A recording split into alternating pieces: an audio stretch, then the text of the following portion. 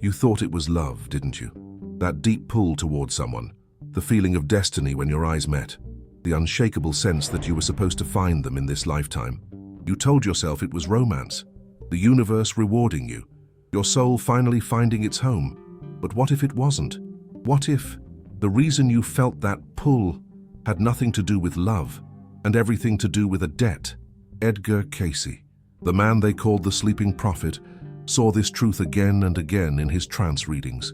He said that many of the most intense connections we feel, the ones that leave us breathless, obsessed, unable to walk away, are not gifts from heaven. They are chains, forged in other lifetimes, chains we agreed to carry long before we were born. Think about it. Why is it that some relationships feel more like prisons than sanctuaries? Why do you keep trying to fix someone who never changes? Why do you forgive them again and again, even when it tears pieces from your soul? Cayce would say, it's because you are not in love. You are in debt. Not money, not material debt, but a soul debt. An unresolved karmic account from another life. A promise you made with your spirit, when the body you wore was different, and your name was not the one you have now. And here's the most dangerous part. When that person appears in your current life, it won't feel like an obligation. It will feel like fate. You will feel pulled to them, as if a magnet in your chest is being drawn toward theirs. You'll see signs, synchronicities, coincidences that confirm it. The universe itself will seem to arrange meetings, conversations, chances to be close, and you'll tell yourself, this must be love. But in reality, it might be the invisible thread of unfinished karma, weaving its way back into your story. Cayce explained it like this: souls are bound by their own choices. When harm is done in one life, betrayal, abandonment, abuse, cruelty, the soul may carry the weight of it into the next. Sometimes the injured soul agrees to return with the other, not for revenge, not for punishment, but for balance, for correction, for the restoration of something sacred that was broken. But here's the tragedy. The moment we step into a new body, the memory fades. We wake up in the cradle, and the contract sleeps in the shadows. So when we meet the one we've come to repay, we don't remember the contract. We only feel the pull, and the pull can feel intoxicating, like a fire you can't step away from, like water after years in the desert. But soon, the sweetness turns to heaviness. You start to feel the cost. Your energy drains. Your dreams shrink. Your own soul's voice grows quieter. And yet, you stay. Because you tell yourself love endures. Because you believe that true love means sacrifice. Because walking away would feel like breaking something sacred. This is the trap, the karmic loop that Cayce warned about. We mistake the weight of debt for the warmth of devotion, and we stay chained, thinking we are holding on to love. Now, have you felt it?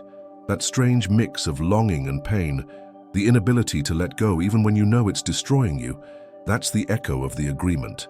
A contract written without paper or ink, signed in the quiet halls of the soul, and sealed with the promise, I will find you again and make this right. But here is the question Cayce would whisper to you now.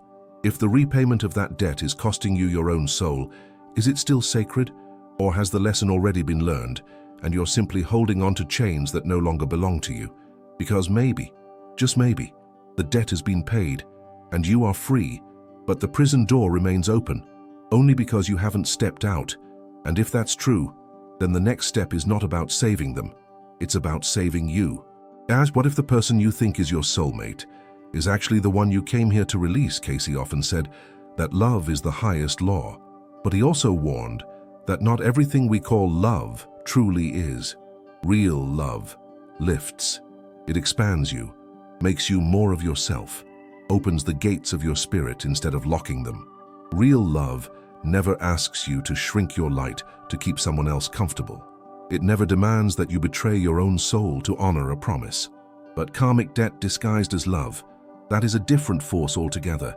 It feels urgent, it feels heavy, it demands rather than inspires, and it often comes wrapped in patterns, cycles you've seen before, faces that may change from one lifetime to another, but carry the same essence. Cayce believed these patterns are the soul's classroom, that the relationships which cause us the deepest pain are often the ones we signed up for before birth. Not because the universe wants us to suffer, but because we in our higher knowing agreed to learn through them. Yet here's the danger. When the lesson is learned, the energy should release. But many souls stay long after the learning is complete, because they confuse the comfort of the familiar with the safety of the destined. It's like living in a house where the roof is leaking. You've already repaired it, already understood why it broke, but you never step outside to find a new home, because the walls still smell like the past you once knew. And here's the silent truth Cayce left us. Karmic debts are not meant to bind you forever. Once the energy is balanced, you are free to go. You are not betraying a spiritual law by walking away from a completed contract. In fact, staying past that point can create new debts, ones you never needed to carry. That's the hidden trap. Debt becomes identity, and when we can't imagine ourselves without it, we stop seeing that the chains were unlocked long ago. So how do you know the difference? How do you tell if you're living a sacred bond or paying an expired debt? Cayce's readings suggest watching for the signs. Does this relationship help you grow or keep you small? Do you feel free in their presence or trapped in an endless loop? Does your soul feel lighter after being with them or heavier? The answers to those questions are the map. But here's the part they never tell you. When you finally decide to step away from a karmic debt, it will feel wrong at first. It will feel like abandonment, like betrayal, like you are breaking the very promise that brought you here. That's because the part of you that made the promise remembers. Your higher self still holds the original agreement, and it will ache when you let go. But the ache will fade, and what replaces it is peace. Edgar Cayce once told a woman in a reading that the man she called her twin flame was in fact a soul she had wronged in a past life.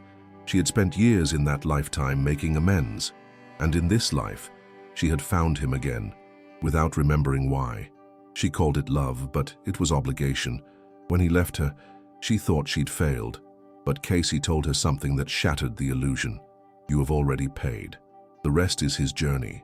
That's the moment we all fear, and yet the moment we all need. To realize that letting someone go is sometimes the most sacred completion of all. It means trusting that the balance has been restored, that you do not need to keep reliving the same story to prove your devotion. If you're listening to this now, and you feel the weight of someone in your heart, someone you can't seem to release no matter how much it hurts, ask yourself, is this love, or is it a ledger? Because if it's the latter, then maybe it's time to close the book. And remember, the soul is not here to be owned, even by those it once owed. You came to experience freedom, expansion, and the vast unchained love that asks for nothing but your truth. But if you've mistaken a debt for love, will you have the courage to walk away once you see the truth? Cayce warned that karmic love can become the soul's most dangerous illusion, because it doesn't look like a trap. It looks like destiny.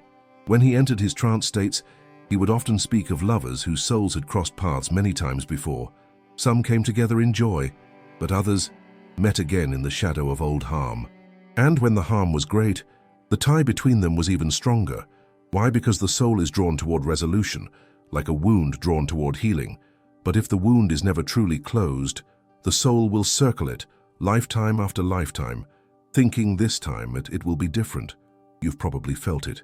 That moment when you meet someone, and there's no getting to know them, you already know. Their voice feels familiar. Their eyes stir memories you can't name. You feel ancient with them, Cayce would say. That's not an accident. It's the soul remembering the imprint, the echo of other lives. But here's the paradox. The familiarity can blind you. You may confuse recognition with compatibility. You may confuse the feeling of coming home with being safe. Sometimes, the home you recognize is the very place where your heart first broke.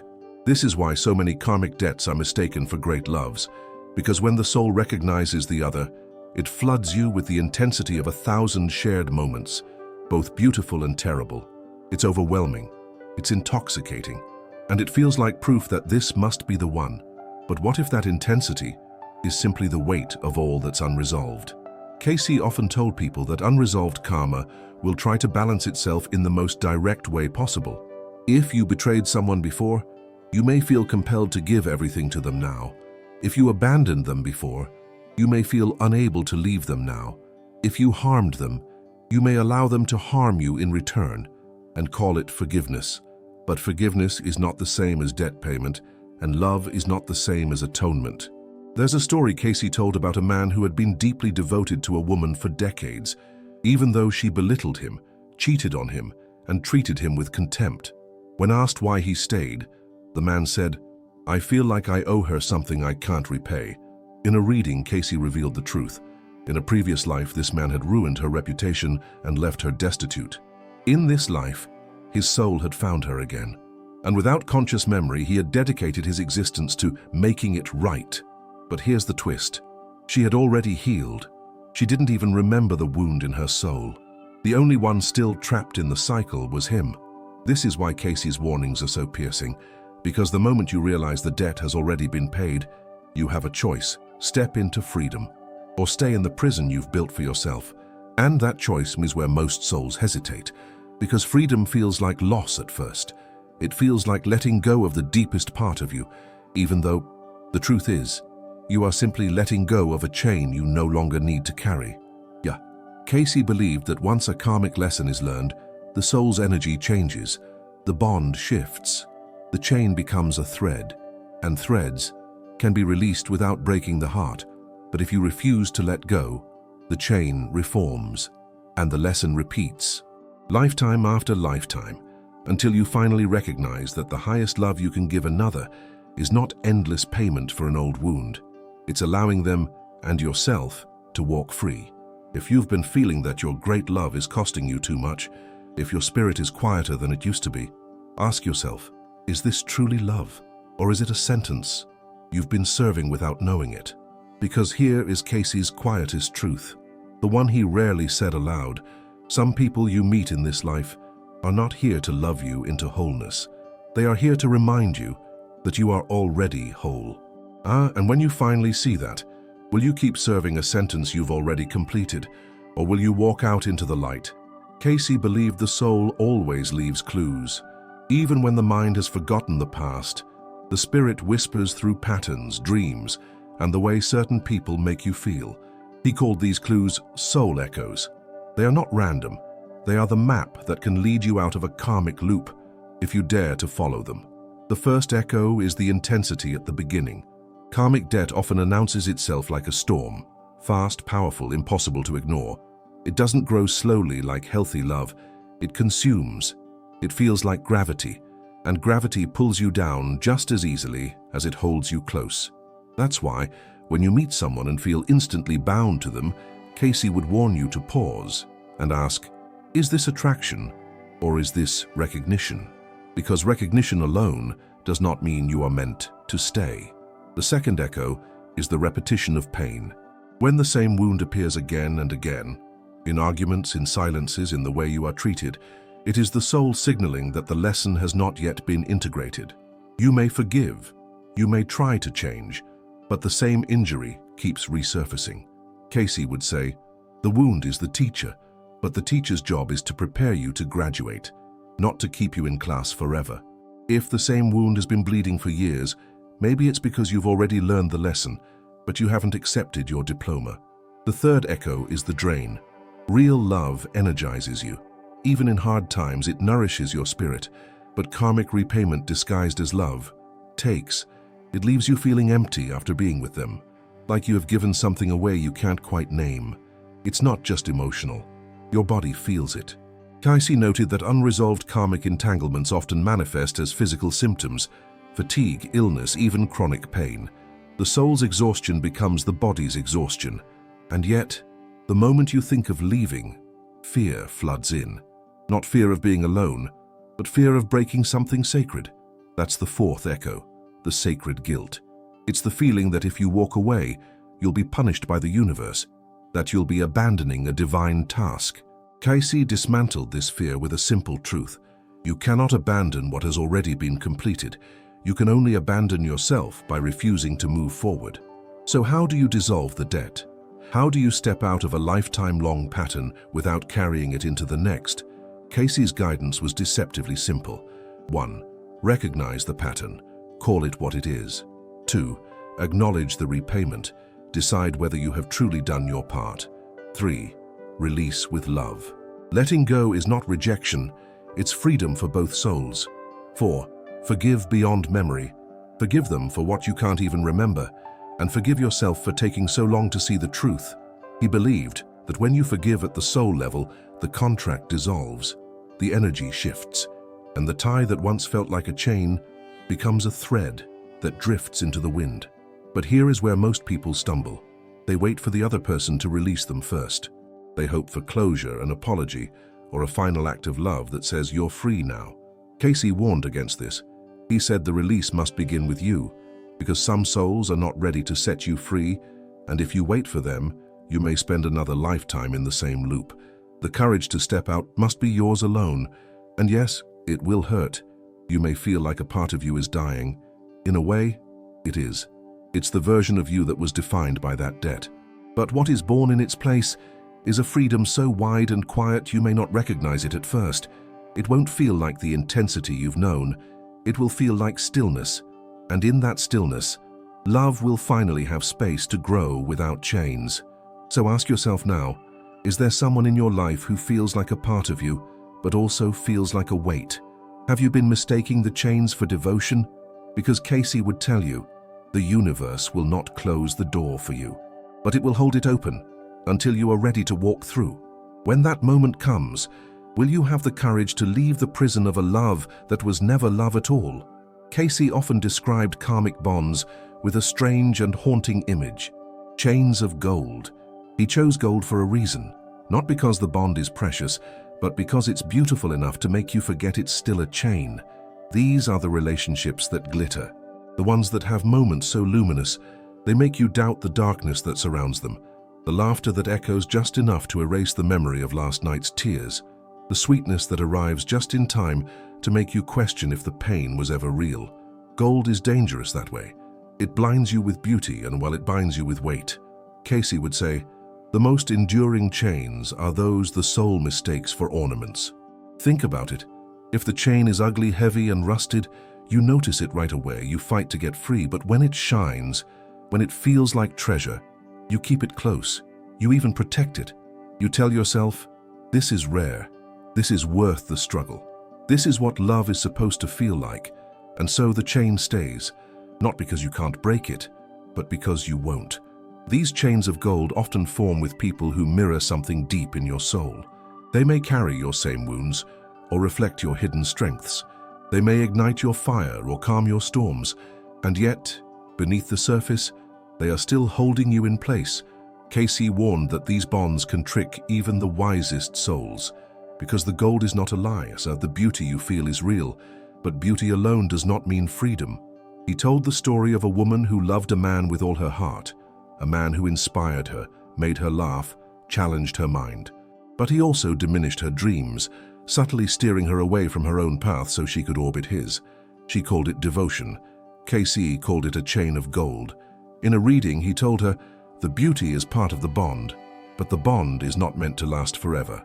When the debt is paid, the chain will grow heavy. That is how you will know it is time to lay it down. The heaviness is the key. In the beginning, the chain feels like jewelry. It adorns you, makes you shine. But over time, it starts to pull on your neck, your shoulders, your spirit. You stand differently under its weight. Your dreams begin to bend. That's when the soul begins whispering, this is not all you came for. And yet, many stay, because they fear that without the gold, life will look dull. Love will feel empty. Cayce knew this fear well. He called it the soul's addiction to beauty. It's the part of us that would rather keep something dazzling but painful than risk losing the beauty altogether. But here's the truth he left us. When you release the chain, the gold does not vanish. The lessons, the joy, the moments that shaped you, they stay. The only thing you lose is the weight. This is why Cayce insisted that release is not rejection. It is recognition. Recognition that you have taken all you were meant to from this bond, and that keeping it any longer will only dim the shine that once made it beautiful. It's like a candle burning in a sealed jar. At first it glows brilliantly, but if you never lift the lid, it will suffocate. Love is the same. It needs air, it needs movement, it needs space to grow beyond its original form. So if you feel the weight of a chain, even a golden one, ask yourself, is the beauty still lifting you, or is it holding you still? Because Cayce would tell you, the soul was never meant to be adorned in chains. Even the most radiant ones, And if the gold has turned heavy, will you have the strength to take it off no matter how much it once shined? Cayce believed that when a karmic bond is truly broken, the ripple moves through lifetimes. It doesn't just free you now. It changes the shape of the lives you have yet to live, because the soul carries its patterns forward, and the moment you dissolve a debt with clarity, love, and release, you alter the map of your reincarnations. You remove an entire chain of events that would have otherwise pulled you back. That's why he called the moment of release a resurrection while still in the body. But breaking free is not about running away in anger. Cayce warned that if you leave with bitterness, the energy remains unfinished, and unfinished energy finds you again. Freedom comes when you can stand before that soul, whether in person or in your heart, and say, I release you from what I believed you owed me, and I release myself from what I believed I owed you. No accusation, no demand, just the quiet certainty that the balance has been restored. And here's the part that feels like a paradox. When you release them in this way, you also give them their own freedom to evolve, because as long as a karmic tie holds, both souls are locked in the same dance, unable to choose new steps. Once the chain falls, both can move toward the lessons their souls are now ready to learn. Cayce saw it as a sacred turning point. A soul who learns to walk away from debt disguised as love becomes able to experience a new kind of love entirely.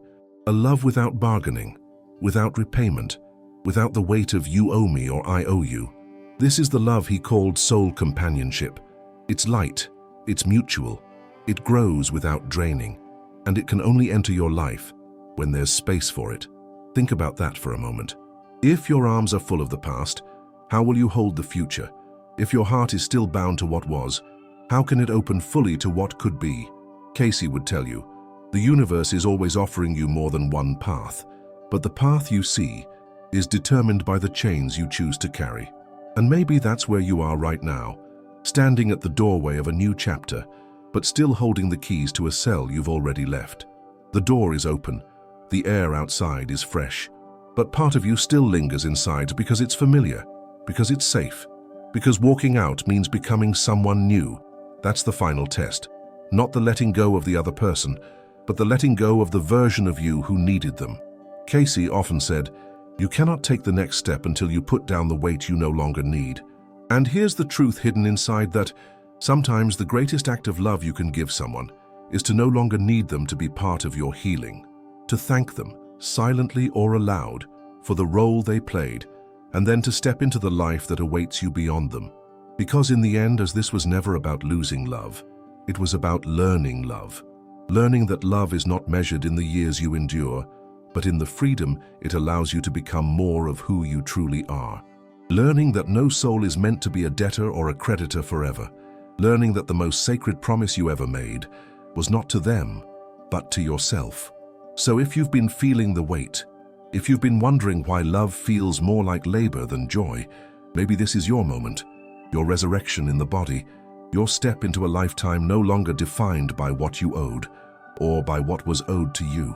And if you take that step, the chains fall not only from this life, but from the lives still waiting for you to live them. So tell me, if love was never the chain, but the freedom beyond it, are you ready to claim it now?